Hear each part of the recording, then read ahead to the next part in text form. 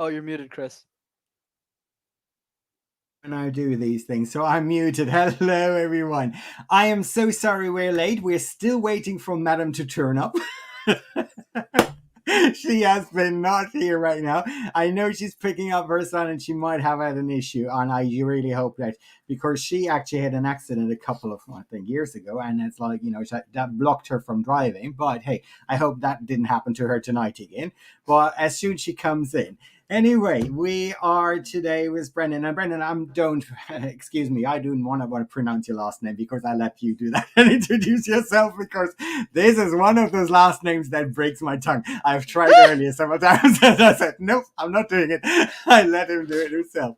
Brenden, a But pleasure to have you. And as well on last minute because we had another guest tonight and you just I know we just chatted today. We are together in the Go Giver Alliance, and I reached out to you. Actually, you reached out to me, and then I asked you, listen, can you make it tonight? And he said, sure, I am here, and here you are. Thank you for coming today. of course, Chris, such a pleasure. It's good to see everyone. My name is Brenden Kumarasamy, and I'm the founder of Master Talk, and I make YouTube videos on public speaking. So great to be here. That is a really understatement here. You make videos on public speaking. Now, if you do not know what Brenden does, and I'm going to try to do right immediately here to share actually your page actually, let's see, and I had prepared that, so I should have you here. Right there I have you. I hope share tap audio video. I'm not going to do that because otherwise it goes right now. So this is Brendan's web page, and if you don't know about that, it's just amazing. So if you actually go public speaking or questions on public speaking, this is the go-to person to you right now. Very young. Tell us how old you are, actually, Brendan. 25 years old, Chris. 25 years old, and we were just talking before we went live here. How I believe that age is anyway just a number, and number two, it doesn't matter which age you're at, you might have a really, really important message to the world. And you do have that, actually. I learned so much from your channel when I came across it via the Go Giver Alliance, which some other Go Giver actually just said to us to go to your webpage. And then I was just blown away. How did you get into public speaking, Brendan? Yeah, absolutely. So what happened, Chris, when I was in university, I used to do these things called case competitions. Think of it like professional sports, but for nerds. So other guys my age were playing rugby or football or some other dangerous things. You can tell I'm not really built for that. What I did instead is I did presentations competitively. That's how I learned how to speak. But as I was speaking, Chris, I was also coaching students in university on how to share their ideas because we didn't really have a communication coach. We couldn't afford one. Yeah. And a couple of months before I started my corporate job at IBM, I had the idea for Master Talk because I realized a lot of these students were just the norm, not the exception. There's millions of students like that in the world, millions of executives, millions of people who want high quality information on how to speak, but it wasn't available for free because everything else you were hearing online was, Chris, you should be yourself. You should get up on stage. I was like, this is really bad advice. So I started making videos in 2019. That's when I started it. And then it turned into a movement. And now my mission is I think the next Elon Musk is a 7-year-old girl who can't afford me. So as I coach my exceptional clients, I can also build the financial resources to help girls like her across the world. And that is exactly what it is. I mean, public speaking, like a lot of people think like big keynote speeches, which I do, which a lot of other people do. Yes, that is one part of public speaking, but it can be even too simple. We do have as well people coming and finding our videos that are just general people. I mean, people from all walks of life. They don't do big keynote speaking, but let me say, like, one of my friends recently asked me, actually, how would you, and I actually even recommended her to your page, and she Oh, said, oh, thank I you. have this, it's a really silly thing. She's like, so I'm doing this speech on this wedding with 800 guests, and I have been asked to do a speech, and I have no idea where I start here. And I'm like, right, did you write it out? She said, yeah, kind of, I did, but I already have this stage fright. I'm not a person to talk. How can I do that? Because I know the second sentence I'm going to stumble about over something. And that's what it is. And it was actually quite a long speech. I think it was about 8 pages. And I was like, well, that's a bit of quite a bit of speech actually you're going for here. And I just said, yeah, that is, what can I give you as advice? I said, I'm not the expert on that, but I know somebody who is. So go there. And she actually came back to me and she said, wow, it was amazing. I learned so much about how Thank you. making pauses and everything. So, we always get into our mind that public speaking is only focused on business or on coaching or something, or keynote speakers. But actually, public speaking is on an everyday basis, I think, because we do speak, we communicate with people. And how many times are we not really communicating with people? We're just rumbling something off, and just the person just can't even follow us because we're too fast. And I know that from myself, because being with ADHD, I know I tend to go into the speech speed. Now, I was recently doing, and that's why I'm saying that right now, I was recently doing this 21-day video challenge. And one of the advices that this Malaysian guy gives you, it was Jong Peng, I think was his name, right? Pen June. Yeah. Panjun, the other way around. See, exactly, Panjun gives you, is like to speed up and speed up and speed up and speed up. And it's exactly the opposite that you are teaching, actually. I mean, really, for me, yeah, not a problem. I can speed up. I can speed even up more. But I always find that when I watch videos like that, and I watched a lot of those people that were with me in the challenge, by about 5 seconds into the speech, I went like, you either boring me or you lost me there, because I can't even process what you just told me. So what is your advice personally? Because I know you are really on bringing the pauses in. And I love today you were talking about, the video that I saw today is like this infinite stare. And I just tried to do it, and I can't do it without being serious. But you do it very well. Thank you, Chris. No, I What? appreciate it. Go ahead, please. No. What is it? What is your advice, and what is your opinion about speeding up or slowing down? Absolutely. So first of all, respect to Pen June. I think the guy has good advice. It's just communication is maybe not his number one lane. He's really good at building businesses, social media. So what I would say in the context of communication is every speaker is different with the tones and the pace that they use in a presentation. So we can't tell everyone to speed up, because people like Russell Brunson from ClickFunnels is already speaking really quickly. We can't tell him to speed up, or else he's going to sound like a chipmunk or something. So I think what I would say instead is to ask ourselves a more important question. Where does the fear of communication come from? What is that block that we have internally within ourselves? And it starts with this question, Chris, that none of us really ask ourselves. The biggest problem most of us have with communication is a lot of the languaging around communication is negative. You hear things like, oh, I'm stressed, I'm anxious, I'm nervous. And it's because of that negative languaging that we see communication as a chore. So instead, I have a question for all of you to think about. The question is, how would the world change if you were an exceptional communicator? Because to your point, Chris, communication isn't just speaking on a stage. It's the people around us. It's the relationships that we build. It's the less conflicts. I don't have any conflict at my house, so it's a good benefit as well. So we think about the example you gave, the wedding speech. So when we focus on the nerves, that's what shows up. When we focus on, wow, this is an opportunity for me to really make my friend's best day of their life even more special. So what moment can I share? What story can I share to really make that speech stand out? And the other piece around that is a wedding speech doesn't need to be scripted. Sure, writing it out is good, preparing it. But it's also important to speak from the heart. It's just, I remember when I met Chris, it was at a bar 7 years ago, and this happened, and that happened, and this, and you go into that story, you almost forget about the fear and you focus more on the outcome. But we could talk more tactics as well, but I wanted to set that picture first.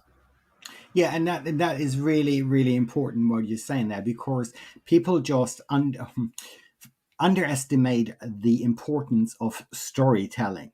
And that's where and I know that from myself, when I go and prepare slides that I go through, I rumble off on the technicalities of this slide, but I don't really engage with my audience. as soon I get off my slides and I start telling stories, and we just like I just written a book, so now it's going to be published in December, and it's just thank you, I did think, and it's all yes, it's called a self help book for people that hate hate self help. So it's actually ignite your sparkle and stop fucking, I'm sorry, I shouldn't say stop effing around. So that's the book title, but it's just really about it's about exactly that, and the entire book is about more in a story sense, pretty much like Bob wrote The Go-Giver, where I do believe that the communication is way better communicated to a person. And that's what I loved about The Go-Giver, because while the core of the 5 laws of stratospheric success are well incorporated in this entire book, and they actually guided through the entire book, and that is the core message of Bob anyway, being a go-giver. It was actually transported to me in form of a really cute, interesting story, and that's why it captured all my attention. And as much as I love Tony Robbins, sometimes I find his books are like really heavy on me, and I have to reread and reread and reread the same chapter over again, because I cannot get to the course The meat. sense of it, the meat, what he was trying to tell me. And that's why I think the importance of storytelling. You made a really good point here, why it's unscripted. And I have the same thing when I just do videos and I look at a teleprompter in front of me. I can tell when I look at the videos afterwards, it's just like I can see my eyes reading off the teleprompter, and there's nothing engaging about that. I tell you that. This is like when we having this conversation here. This is unscripted. We just going around, and I think that is so important nowadays to get the message across by just telling a story. And I think that is the core element of good speaking, when you capture the audience by this story. What is your point on that? Oh Actually, and I'm yeah, sure you're with me on that side, because that's what you do. absolutely. I completely agree with your point, Chris. And the one thing I would add to that is scripting isn't necessarily a bad thing, but to your point, if you just rely on the script, that's when the problem starts to come up. So here's an easy framework for people to think about how to practice better. So it's a lot less stressful and frankly, a lot more fun. You know, if there's anything I do with my life, it's to make public speaking fun. Communication is the most important thing we'll learn in our lives besides walking on our 2 feet, right? So we might as well be exceptional communicators so we have a healthy and fulfilling life. That's the way I think about it. So when we Hmm. think about presentations, let's take your friend's example here. I like to prepare and practice presentations like a jigsaw puzzle. You know those Mhm. puzzles we used to do kind of as kids? We used to put them together. So if I asked you back, Chris, and don't worry, it's an easy question.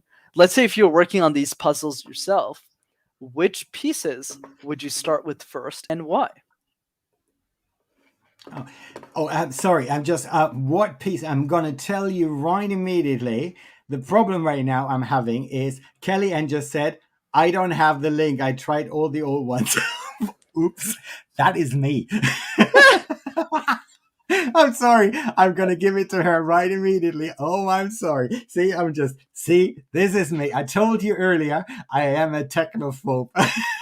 And I do this thing. It's like I tell you, it's just really funny. There's not one sparkle hour that has happened where there wasn't a technical issue so far. So either way, we had first OBS. We couldn't get OBS to work properly. Hmm. For some next time we went to StreamYard, then my internet went down. So Kellyanne was on her own here. Then I just like every week there is something, and it's kind of a running joke with us, actually. So jigsaw puzzles again. Which piece of no? You Tell got me the story. you got it. So it's for the jigsaw puzzles.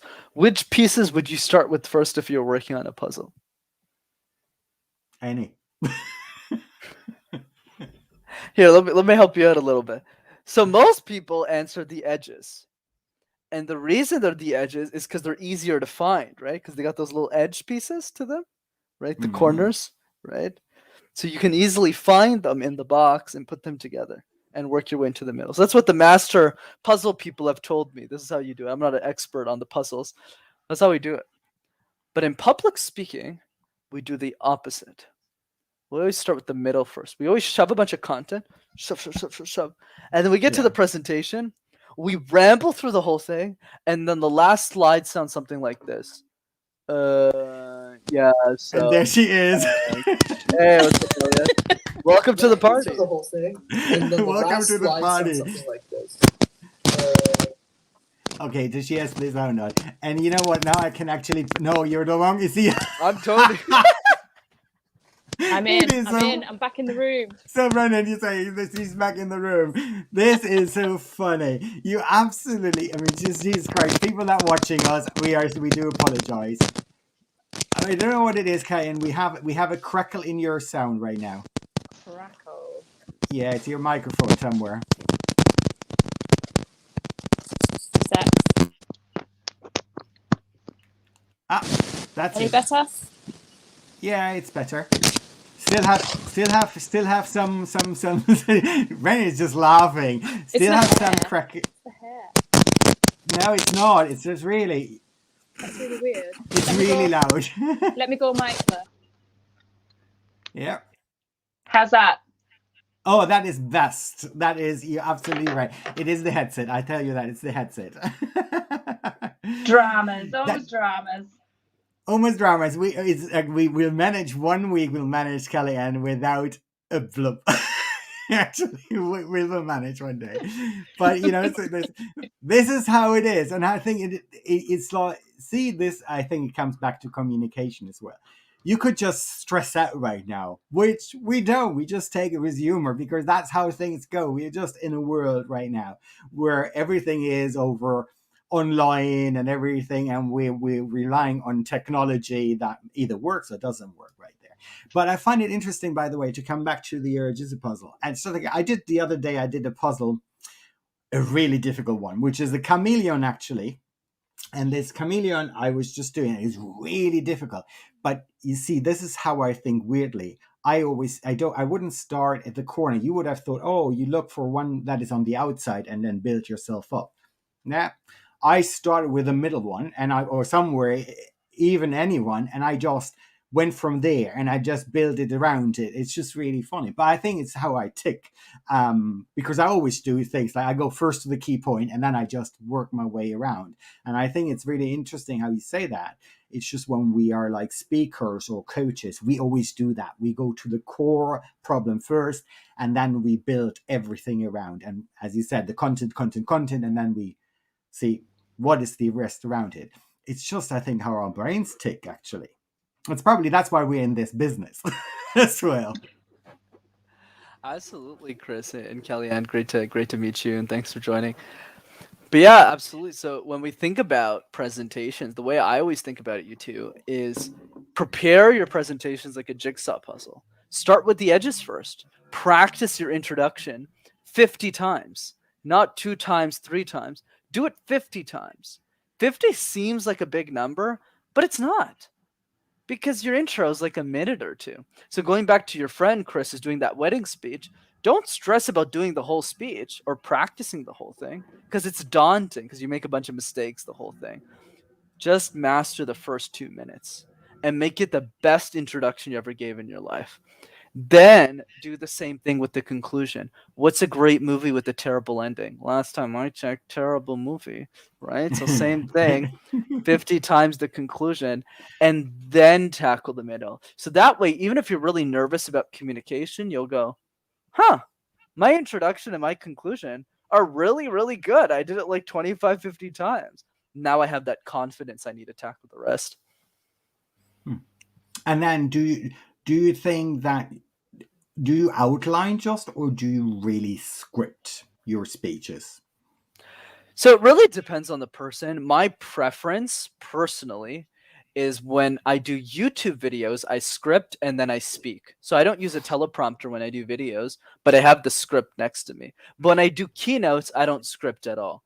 So it really depends who you are. I generally recommend for beginners to script, but not speak like a script. So what that means is like get your thoughts together and be like, this is what I want to say. And then add some pauses, add some pacing. So it makes you more confident. This is what I do with clients. I just go through their script and I go say the pause, say the smiling. And then when they're comfortable, it's kind of like training wheels, like when you're riding a bike, right? So you start with 4 wheels, but eventually you won't need the other 2 anymore. You can just ride a 2-wheeler, and that's what you build them up over time. So that's the way I think about it. And you make a very good point with the pauses, because that's what was one of your videos where you said, like, really put these pauses in beside of the stare. You just like exactly like this endless stare and connecting with your audience. But I mean, the pauses are such important part of communication. I think it's as well the person that is listening to your speech, the moment to process. And I think we always forget about that when we're doing our speeches, that these people need to process. And not everybody processes the same speed as well. That's what I know, because I get sometimes into speeches where they just ramble off. And I know for me, it's already difficult to focus anyway on this speech. But then if there's no pause in between, they have lost me halfway through. And as you say, it might be the conclusion might pull it back in, or they might have a great conclusion. But then I wonder, Rec will say, what else did they say? Because I was lost on the speech, actually, because they were so fast in trying to get through it. I find a lot of speakers that I see on conferences and everything, that there are not many good speakers out. I have to be very honest. I'm really surprised how bad our industry is, actually, what they call themselves public speakers, and they don't even look at the core ingredient that you need to have to be public speaker, connect with your audience. They just ramble off their speech, and that is really bad. And I don't know, you probably see that every day when you coach people as well, where you think like they have been on stage for years and you go like, how did you manage? Probably their content was so valuable, that's why people got them, and the message they're bringing out. But when we look at Bob, like for example, he amazes me because he is exactly one of these person that is so well spoken, eloquent, the way how he goes through his points and makes the point. And he doesn't even need to say a lot. He just says 2-3 sentences that go and make you, yeah, I get the point. And that just puts my brain into research mode and actually looking more answers to the subject there. I completely agree with all of the points that you mentioned, Chris. Is this idea that, speakers, they don't focus enough on the technique sometimes. They don't try and refine it. They focus too much on the content. And I've seen that with clients for sure. I would say most of our clients are mostly executives though in the space. So it's that times 10, right? Where it's, every time they're in a corporate meeting, they're fumbling a lot of the words. So how do you refine all of that technique? And the trick, everyone, is think the analogy I like to give. It's kind of like public speaking is juggling 18 balls at the same time. So one of those balls is filler words, ums, ahs, is. Another one of those balls is pausing, etc. So your goal is to juggle one ball at a time. So you start by going, okay, let me pause. Just do that. Pause. And then you do the next ball. Okay, let's do low vocal tones and high vocal tones. Let's try and vary our vocal tone. This is the second one. And then eventually you're able to like juggle all of them at the same time. And that is good as well, because what you just mentioned there, it's like this ums and ahs, which I think everybody struggles with, because they're natural given, actually, and it's just our brain is trying to catch up with what we are saying, and probably we have another thought in the moment. And what I learned from you, actually, is taking this moment to pause and just to reflect and let even the word sit prevents you from actually giving this and ah, because it's amazing how that worked. And I noticed myself, because I was doing some videos the other day, and when I took the moment to pause and actually let it sit what I just said, I didn't have, before I cut out these ums and ahs constantly in the videos, and I went through the video and I said I had maybe 2 or 3, which before I had probably 50. And I was like, amazing how that changed my video even my speech that I was giving just by taking the moment to sit back Mm. and take a moment to breathe, take a pause. And that is really, it's really impressive what you did. I just see it. Kellyanne, you just recently did some videos on Facebook for your challenge group. Yeah. And you have I thought you have the same thing where you go like, right, so where am I? And you just like trying to focus on it. And now obviously you want to give them a lot of content, which I really appreciate, but you overloading as well. And I think we don't necessarily, how can I say, we necessarily do not Appreciate take, silence. yes, and we don't take the step. Yeah, I appreciate silence, but take the step back from our content because we want to give this value to people. But I think we overthrow in that. My point. Yeah. How are you saying that? I think it depends on experience as well. Like, I know for me, a lot of the stuff that I do at work, like I'm dealing with like really, really junior people. So like if I look at the medics and stuff, they're all like 20 plus years younger than me. And a lot of the time I'll find myself stood staring at them doing the whole, does that make sense? And I'm like an expectant mum and I'm stood staring at them for ages thinking, oh my God, can somebody just say something? So I think it does definitely depend on where you're giving your speeches and what sort of content that you are delivering to people and who your audience is as well, as to what experience you're going to get from that. Because often it's like tumbleweeds, the stuff that I have to do at work. It's like, it's painful. Very, very painful. So you can imagine me. So if I went out on a stage now and spoke to people that were actually genuinely quite interested in me, it would be a completely different experience. Whereas these poor guys are kind of shoehorned into a classroom or a lecture theatre and they've got to sit there and listen to this woman rambling on about something that they're not interested in. So it definitely, I think for me, definitely depends on what your previous experience was as well, as to kind of how you deliver stuff. Because I am used to just talking at people, because that's what you do with soldiers. You talk at them and just hope that they get something from it at the end of the day. Does that make sense? It's so Brenden, difficult. you don't know. Beside being a coach, Kellyanne still works full time for the UK Military? Army. Oh, Yes, wow. for the UK Army. You said soldier, though. Is that an She is analogy for major? You are, aren't you major? Right, major. You are, no? Yeah. Yes. Wow. She doesn't look anything like this. I know. Combat Barbie. Drill sergeant, I tell you that. I better make sure I'm on Kellyanne's good side, not I think everybody does that. I'm the nice one. She is actually. She is. She's really lovely. It's definitely a very different audience though for us. Do you know what I mean? Like completely different to kind of coaching side of it. Like people don't want to be there. They're kind of there because they're paid to be there. So I don't know, like, from your, obviously you've got quite a lot of experience of it, and I'm sure that your audiences are very, very different. Absolutely. I think that's a great question, Kellyanne. So I think for me, it's always down to the following, which you touched upon, but I'll rephrase in a different way, is that your single source of truth is always your audience, right? In the same way the customer is always right, which is somewhat true. When we go back to our audience, it's the languaging and how we use and we speak to them that's going to change. And it's our role as speakers to adapt to their language. So what I would do if I was talking to military professionals is I would start my presentation saying something like, look, I know you don't want to be here. I know you find that communication is probably not the most important thing, but let me tell you why it is. Because communication is the difference between life or death on the battlefield. Communication is the difference between whether you tell Sergeant A to go here. So notice how I'm speaking their language. They immediately go, oh, this is really for me. But versus, by the way, I never gave a military example in a podcast. But this is interesting. So we go from there to 6-year-old Julia, who's in an audience, and she's asking me, Brenden, how do I speak like you?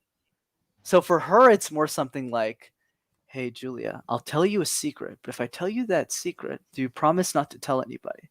She goes, yeah, tell me what the secret is.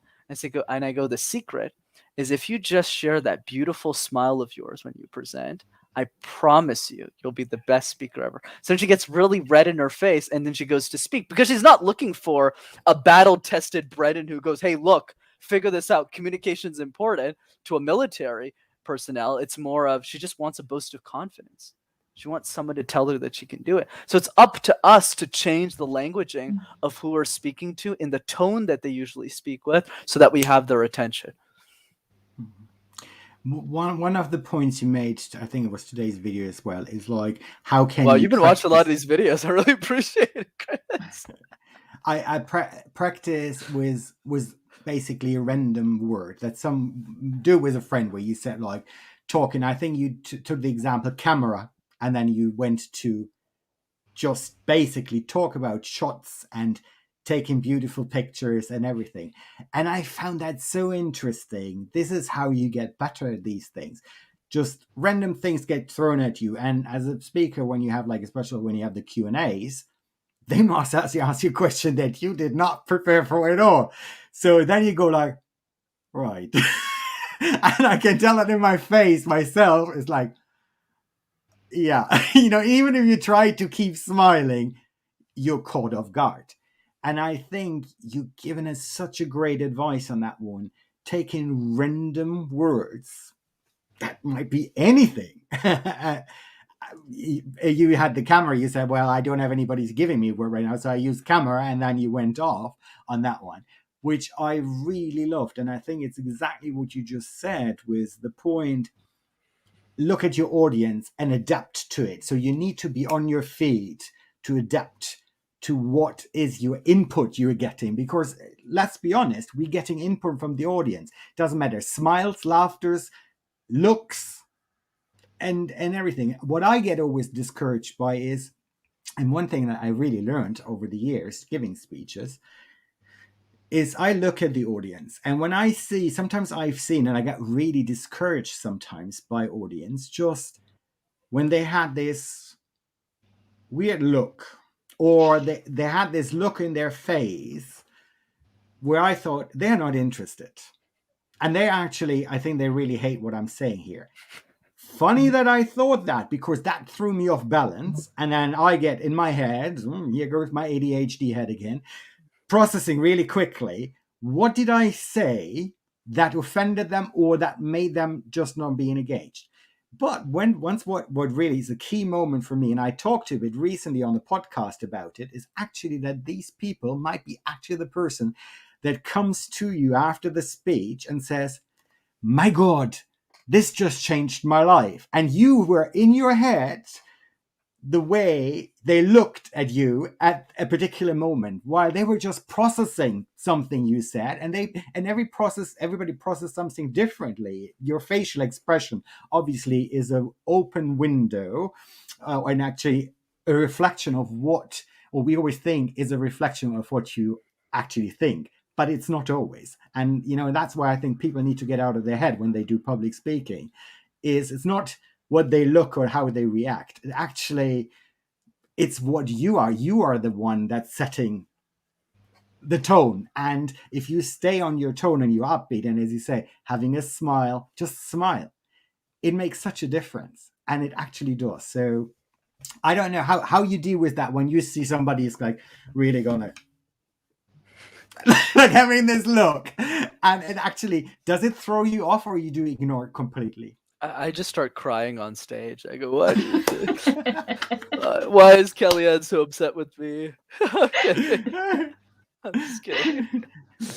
Yeah, my philosophy, I'd love to hear what you think as well, Kellyanne. But my perspective on this is just focus on the people that you want to serve. My best piece of advice in communication, really, it doesn't really have that much to do with communication, which is have dinner with the people you want to serve. Like, for example, the reason why I'd love to get dinner with somebody like Chris is because he's watching a lot of my videos. But the reason I want to have dinner is I want to know why. So I sit down, I ask him questions, we have an informal conversation. It helps me realize, oh, that's why this matters. Oh, that's why the idea matters. That's why this matters.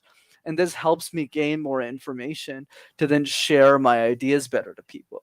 But what also happens in the context of presentations is because I know why it's important to Chris or Kellyanne or somebody else, then I also know that if I'm speaking to a crowd of 1,000 people, there's probably 1,000 people like these two who are sitting in that audience because I'm so clear on who my avatar is and who I'm serving. So whenever I see someone who's just not tuned in, I just go, oh, well, I guess they're not a part of the avatar.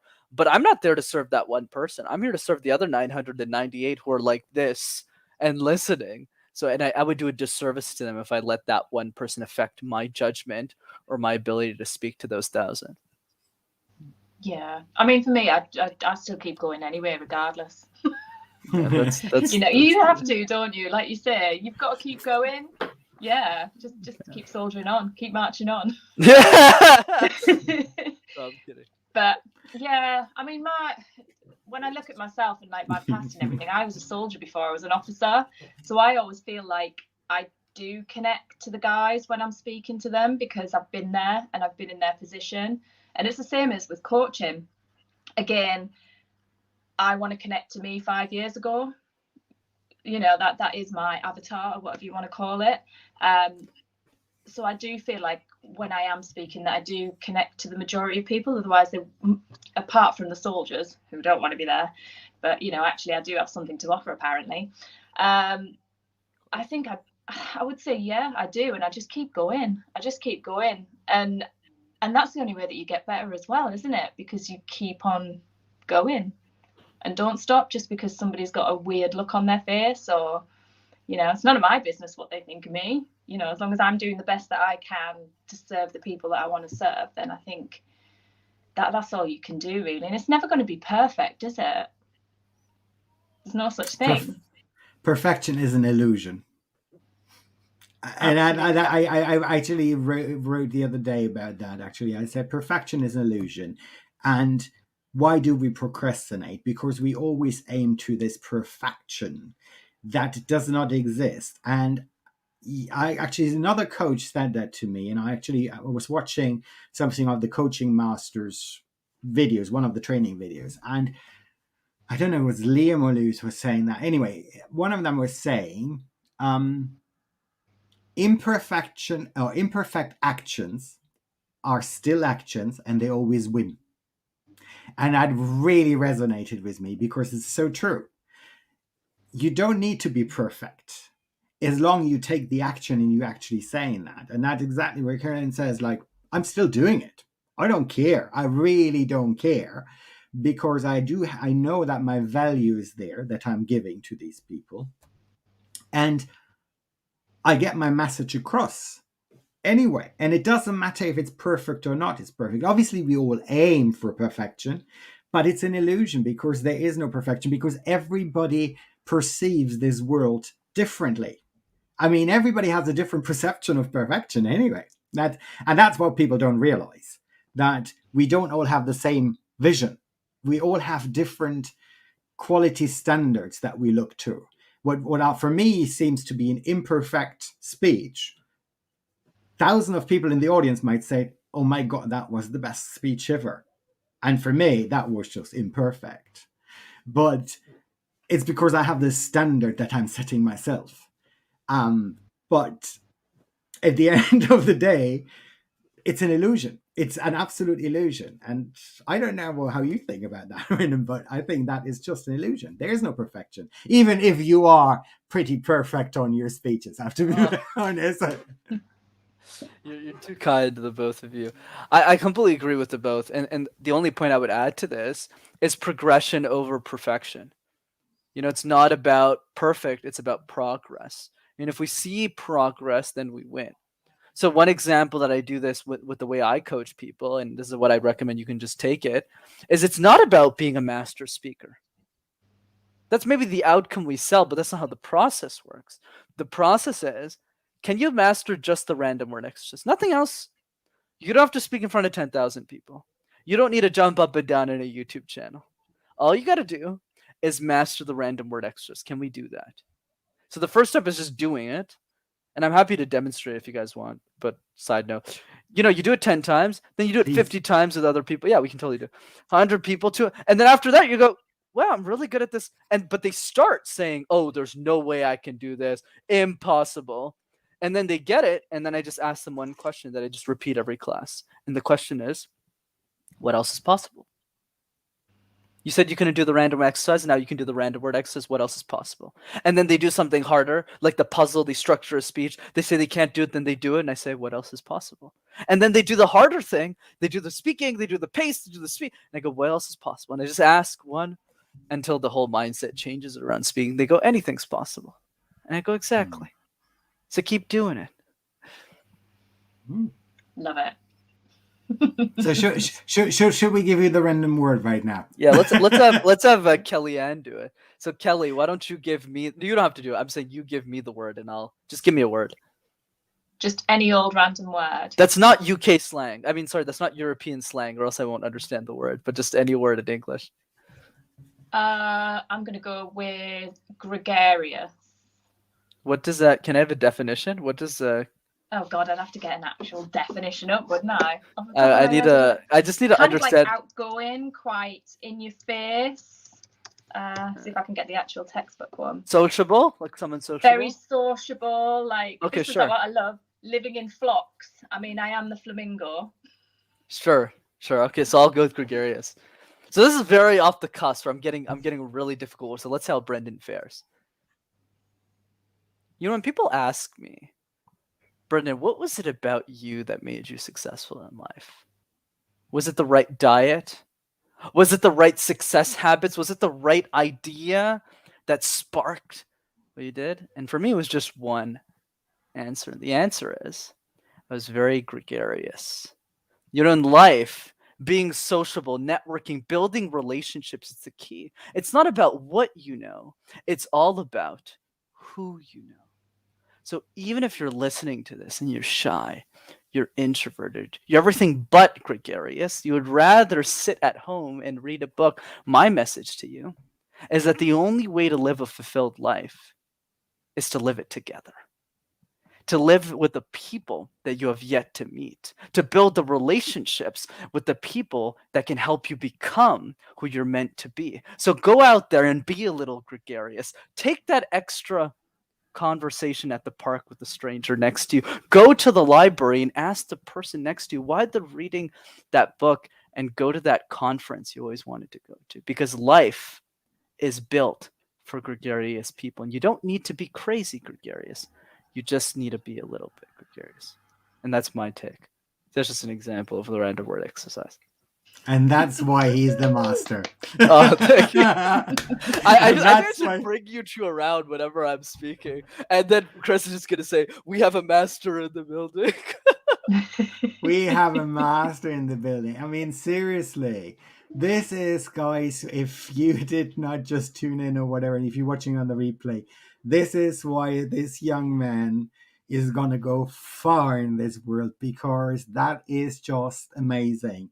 Just take in a random word like this and come up with all that in just without even thinking. I think you just go with it, and that is what is pure public speaking excellence. And you have to be very proud of what you are capable, and your talent is just stunning, absolute stunning. But we have something, and we normally do it on the beginning of the show. Unfortunately, we had a bit of a thing. I hope, Kelly, and you have your questions ready. Now we have a little. Oh no, she's looking. I said, I'm like, have I got them? Yes, you do have. I got to drop in 8 minutes, by the way. So let's throw them in. I'll rapid fire them. Okay. So we have like a quick question round. They're really random questions. You just like answer to it. Okay, here you go. Kellyanne, you get. Is I'm starting or you starting? No, I'm starting actually. Pizza or pasta? Come on, pizza. Let's get out of here. Right. Morning or night? Oh, that's night. It's tough. That was a tough one. Favorite color? Blue. Favorite music? Korean. Ooh. Interesting. Dog or cat? Dogs. Dogs. What famous person would you like to have coffee with and why? Scott Harrison, the CEO of Charity Water. I want to know how he's built such a successful marriage, and he's my biggest hero in the world. Great. Pina colada or Long Island iced tea? Neither. I don't drink, but if I had to pick non-alcoholic Long Island iced tea. Fantastic. Shower or bath? I'm too lazy for the bath, so shower. Okay. Paris or London? London, so I can see you, Chris. Okay. And Kelly. Kellyanne. Right? Kelly's in the UK too, right? Yeah, she is. I wasn't sure because we didn't have the mingling before. It's all right, I'll let you off. Please don't Out hurt in the me. club or romantic dinner at home? What was the first option? Out in the club. Out in the club for sure. Out in the club. So like Historical person you would like to have met and why? What is that again? A historical person, so somebody that passed, you would have liked to met and why? Probably Dale Carnegie. I'm curious what his thoughts are on public speaking today. That would be a fun conversation. Last one from me, book or TV? Actually, TV. Even if I listen to a lot of podcasts, I'm really bad with books, so it has to be TV. Oh, wow. Really I bad. didn't see that coming. Oh, don't get me wrong. I listen to 14 hours of podcasts a week. Like I'm a personal development junkie, but I don't read books. Oh. I have the same problem, basically. And the final question we have is chameleon or flamingo? This is like the toughest question I've been asked in a podcast. Probably chameleon, just because it's like very shape-shifty. You can like change colors and like more of flamingos are cool too, but if I had to pick. Oh well, that's okay. Lady can live with that. I tell you that. It's like you will see why it's an internal joke between us. So I should just say rabbit to mess with the both of you. You're just gonna say, wait, what? That's not in the options. It's just something we like to ask our guests. It's just kind of funny. No, we actually, you see, she made me. I have flamingos everywhere in my office, by the way. So she because of her, I have all these flamingos here. Wow. So it's just kind of somehow it started with the flamingo, and then I said my alter ego is a chameleon because I switch like this. So here we go. That's why we had the chameleon and the flamingo as well in our show, in our little jungle. That we do heavy. We call you it. You two are the wackiest, coolest people I have met so far. You're saying it's so normal. Oh yeah, I just got a bunch of flamingos. Kelly told me. I'm just listening to something. Man, your friendship must be really interesting. Is there like a podcast just on that? I have a dead body next to my flamingo at the moment, but it's only because it's Halloween coming up. Okay. It was really nice meeting you, Kellyanne. Yeah, we'll definitely keep in touch and. Yeah, I'd love to. Yeah, we totally. Yeah, I totally have services. You haven't seen me. What happens on Halloween? I always go every year. I go as Elphaba, the Wicked Witch of the West, and I'm all in green and everything. So please follow that. I'm thinking. I don't know when is the next Success Alliance meeting, and I hope it's like hopefully in Halloween. Otherwise, you're gonna see it because I'm gonna post a video. So. I always do it every year. I'm the Wicked Witch of the West. And that's another alter ego is me. And if you've ever seen Wicked, I don't know if you've seen the musical or read the book of Gregory Maguire. It's telling the story before Dorothy came to Oz, and you actually figure out that she is not the bad witch. Actually, she's not. She's so misunderstood by people. Actually, she's actually the good witch. And I thought somehow I find it really interesting, her as a character. I think they have done an amazing story with that. So, yeah, that's really what it is, actually.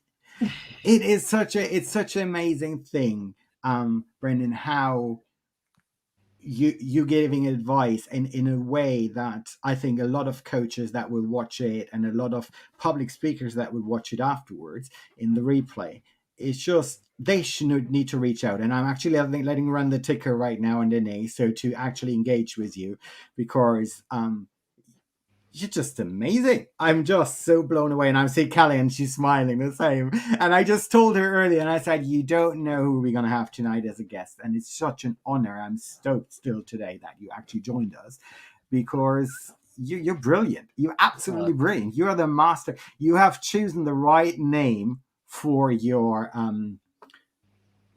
show, actually. And I see Kelly, and I'm just saying something here right now. See, I don't want to go off track. I see all your messages that you sent me. I've tried all the links, but they're all one message. But you see, I had charming Brenden. I had charming Brenden talking to me, so I was like, "Oh, she's gonna come. She's gonna come." And then I just looking at the time. The time was going, and I was like, "Let me go to Facebook and have a look if there's any message from her." And then I was like, right, there is a problem. I haven't sent her the link. And I normally do that. I normally send her the link beforehand. I don't know why we didn't do that tonight, actually. It's like always I send it to her, and I send it to you. I send it to you, actually. Real life. Yeah, exactly. We're doing that. So what is your next big engagement as a speaker? I mean, clearly coming back on this show, this is clearly the biggest show I've been on so far. No, it's not. We have a humble little place here, but we do like it because we see so many different things and we talk to so many different people. And it's not only about coaching; it's about life. We're actually talking about life a lot here, and but when we have people like you. And I try to get Bob, and I don't even dare to ask Bob to come on the show. Don't even dare. Don't even dare. Hey, Bob, thanks for coming on the show. Oh, sorry. I know Kelly just having some technical, and Cressa just got totally just. But Bob will take it with humor because he is the same thing. He's like, and he tells me himself every time he says, "Oh God." The other day he said to me, "I'm glad I'm not the only technophobe here." And I said, "No, you're not. It's me like this as well." I keep rambling to myself on live shows, and I was like, "Oh, I'm not even live." You two are the best. Unfortunately, I got to drop for my next call, but love both of you. Yes. You're both amazing. Let's keep in Lovely touch. to meet you. We'll definitely do a part 2. We will do a part 2 for sure. Woo! Thank you very much, man. Thank you very much for coming. Have a great evening. Bye. Take care, everyone. Right, so here we are alone. I mean, what an amazing person. And I hope anybody that's still here, it's just like, he is the master of, and let me just take off the thing here, because I think I have we're back now in the Brend here. Let's say hide it. So because otherwise we're going to have that one in the middle. That was just amazing. Don't you think? I don't know what you think. Well, yeah, I got to watch the beginning. Oh, you got to watch the beginning? Yeah, I did watch the beginning. Yeah.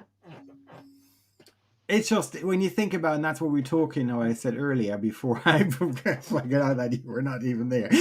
No, I did know that you were not there.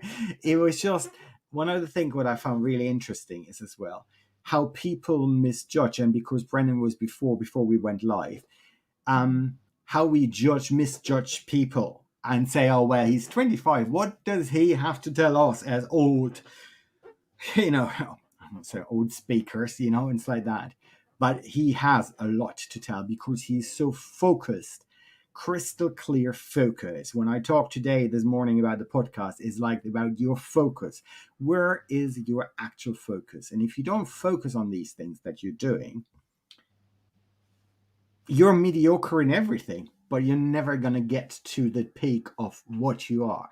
While he is so focused on his speaking and how to do it the proper way, that's why he is so successful in what he does. And it's not even a surprise to me. He started his channel, and if you had the time to look at his YouTube, it's amazing, absolutely amazing. Every video I watch from him, I just sit there in awe, and I'm like, this is ridiculous. He knows. I mean, just with the random word, he just pulled it out of his head. That is like, I wish so I would be. It's just amazing, and I think that's where we all go wrong sometimes. We don't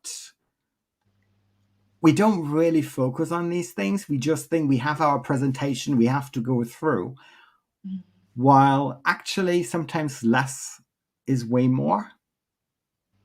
When you watch his videos, it's like probably you could have put 10,000 more content in there, but he doesn't.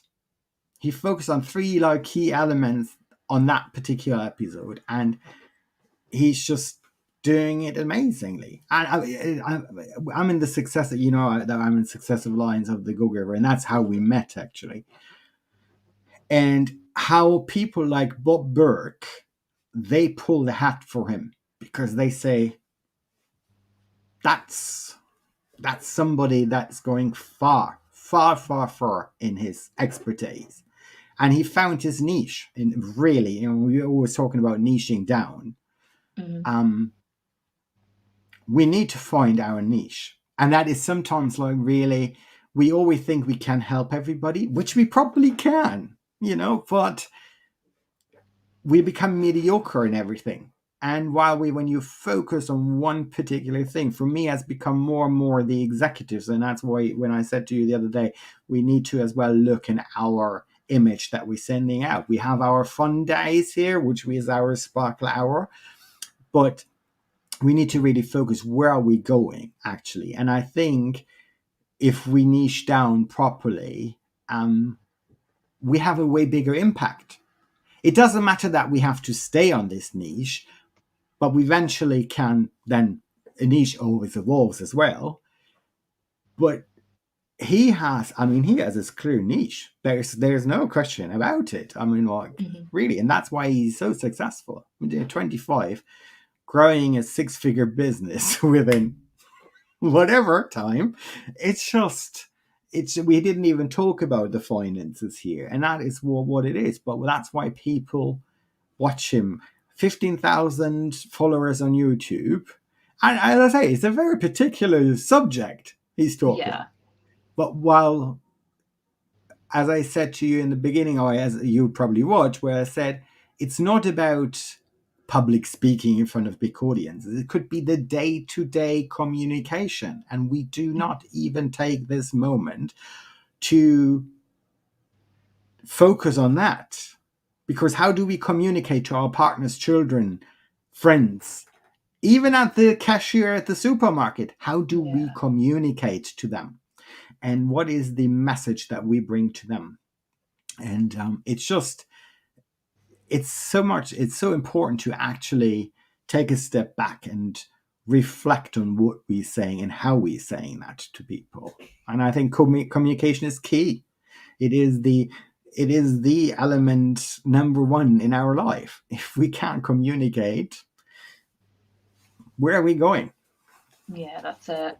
It is. And it can be so lazy sometimes as well, can't it? Do you know what I mean? Like, you've probably done it yourself, and somebody will say, "Oh, how are you today?" And you're like, "Yeah, fine." You've not even thought about it, and you've wandered off. Or you've asked somebody else how they are, and you're not really interested. And it's such a shame that's just how we live nowadays, isn't it? A lot of the time. It has become a norm. And I'm probably you heard that in the podcast. I talked about it the other day, where I'm saying, like, well, how about you stop for a moment and ask the cashier at the cash desk genuinely how she's doing. And then when she says fine, you really ask for a secondary question and you really go for it. You might startle them for a second, but I tell you will have left an impact on that particular person. Because you were probably the first person in years, days, or whatever, doesn't matter what time frame, that really took a genuine interest in that person. And just didn't go like, in the United States, we're really known for that. Going like, how are you doing? Fine, fine. And you? Fine, fine, fine. And that's it. And it's just so silly because you can actually make somebody stay. And you will leave a really positive impact on that person if you actually take just 1 minute of your day to ask a genuine question to this person. Yeah, I totally agree. And it just doesn't happen often enough. No, it doesn't. It doesn't. And I'm not taking myself off that. I have been like this, but I really try to force myself nowadays to do that, to really get at least some conversation going. I don't have to discuss with you about the UK government or whatever. I do not have to do that. Even if that comes up, that's good. We have a conversation here. It doesn't have to be a 15-minute speech that we're doing here. It's about just taking a minute to get a genuine interest in the next person and make them feel better and heard and valued. Make them feel valued. That's what it's all. From the other side as well, though, Chris, as well, like, if somebody asks you how you are, just be honest. Like, I'm terrible for it now.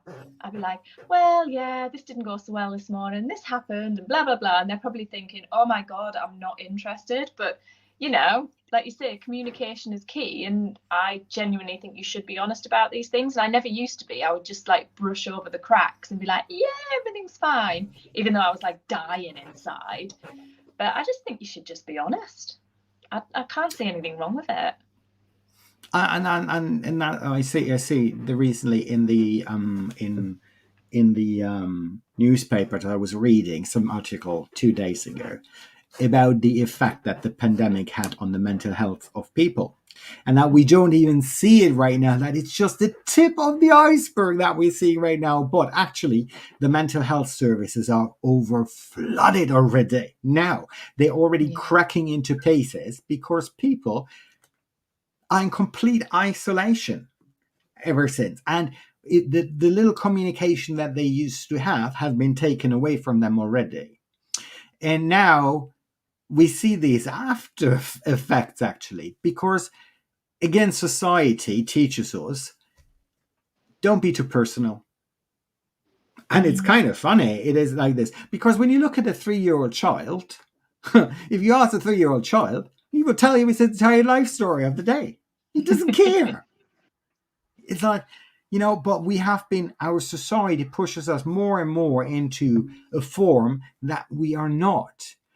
But our mental health suffers on that because we're suffering inside and we're not exteriorizing to other people that might even be able to help the reality of things that are actually going on. And that it is so, I mean, pulling pain, and as you said, like, well, you know what, my day today was just a nightmare, and that, like, this one is, but you're authentic to yourself. And it doesn't matter what other people do actually think. It's just you getting it out. And you might be surprised. There might be somebody, I'm really sorry, but what you just said, I think you could go there and there and there and help you. And you might get actually something out of this conversation. So we all need to learn that we are in this together. We are sharing this planet. There is no, you are this and I am this and you're better or less important. It doesn't matter. You're rubbish cleaner, let's put it that way, or you're a CEO of a multi-billion company. We all have the same problems. And I don't know, and I don't want to say it that loud, but, you know, somebody said we all using the toilet. And I think that's true. It's actually, we all using the toilet. So, you know, we're not different. We're human beings. We actually, you know, we need to realize that. And there is not the job that you're doing is not a reflection or a reflection of the value you are as a human being on this planet. And people are the poorest that have been homeless became the most important people in this world because they had a really genuine message and they changed millions of people's life. And just because would have thought they were disadvantaged, again, here comes society classifications, they were not. They actually were really smarter because they were, what I said, limitless, because they didn't give enough to actually do that. And it was like, I know I'm on UK TV here. And that is what I think is the most core important message we have to take out to public. And it's just communication is key. Stop tomorrow and ask the person at the cashiers how she's doing, and ask the secondary question to show you genuinely interested in her day. And you'll make her day. You will make her day because she will be seen and feel valued the first time properly in years. And that is, I think, that is just the message that we need to take out to the world always and on a daily basis. Anyway, we are running over 1 hour, so I was going to stop the live broadcast now. You stay on for a minute. I'll talk to you in a minute. And anyway, it was a pleasure. And please reach out to Brenden. I had the message there. And if you want to be a guest on our show, here's the link that's running down there. And we'll be happy to have you on the show with whatever subject you have. It doesn't matter. We talk about anything, and we're just going to talk about love. We keep it real. Thanks for joining us tonight, and we wish you an awesome week. See you next Tuesday. Bye. Bye.